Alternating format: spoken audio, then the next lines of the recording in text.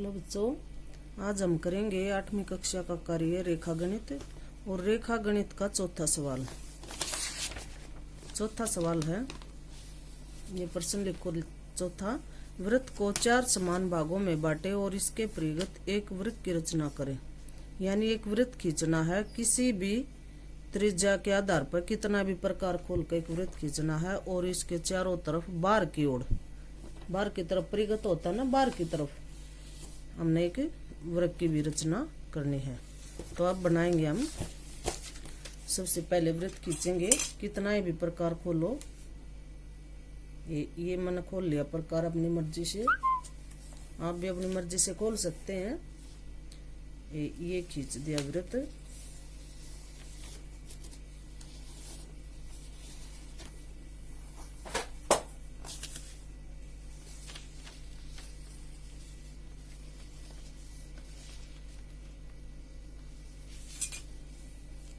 ये वृत्त खींच दिया, ये आ गया हमारा ओ बिंदु।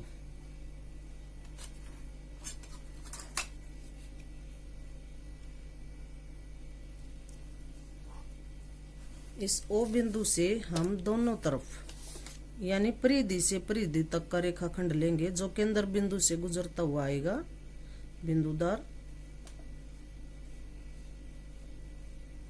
ये ओ बिंदु से निकला है और इस परिधि तक आ गया है। इसका नाम धरो ए और सी। ये ए हो गया और ये सी हो गया।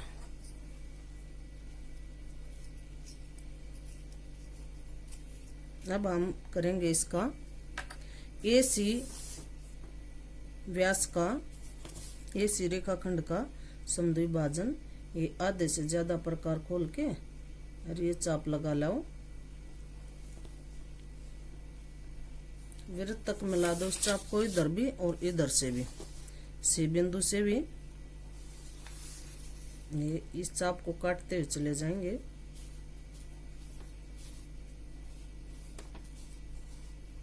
वृत्त की परिधि तक चाप को मिला दिया और जहां ये चाप एक दूसरे को काट रही है ना,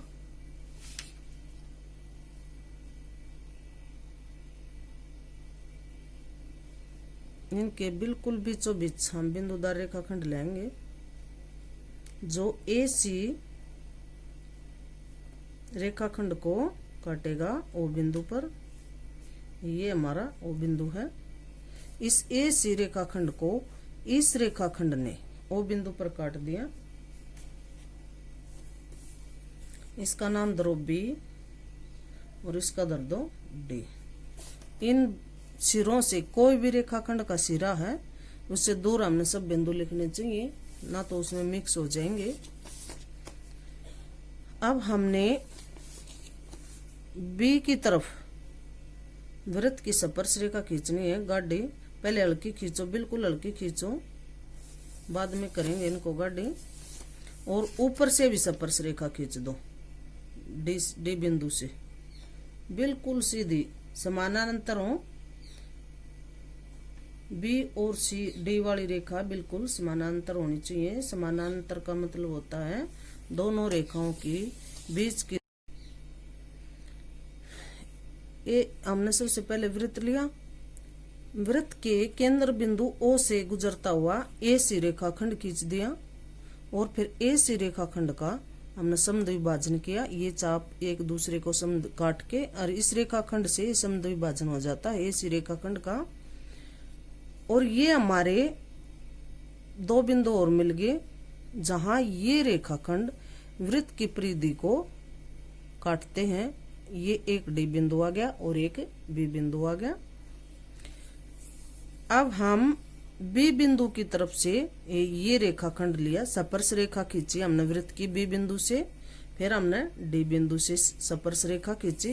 पेज को कभी भी कहीं भी घुमा सकते हो। ये स्पर्श रेखा, स्पर्श रेखा का मतलब होता है ऐसी रेखा जो वृत्त को कहीं एक जगह स्पर्श करे। ये तो डी बिंदु पे ये रेखा स्पर्श कर रही है, ए बिंदु पे ये रेखाखंड स्पर्श कर रहा है और बी बिंदु पर ये रेखाखंड स्पर्श कर रहा है, सी बिंदु पर ये रेखाखंड स्पर्श कर रहा है। इस वृत्त को 4 बिंदुओं से बिंदुओं पर स्पर्श करते हुए चारों रेखाखंड एक दूसरे को क्रॉस कर जाते हैं, काट देते हैं। ये हमारे वृत्त की चारों भुजाएं आ गई। के एल एम और एन लगा लो। ये हो ना के एल एम एन, ये तो हो गया हमारा वर्ग और ये हमारा हो गया वृत्त। तो ये आपकी रेखागणित का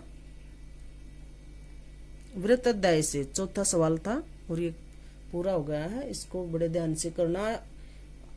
केवल 8 ही सवाल हैं और हर एक सवाल, प्रत्येक सवाल बड़े ध्यान से और समझ कर करना है।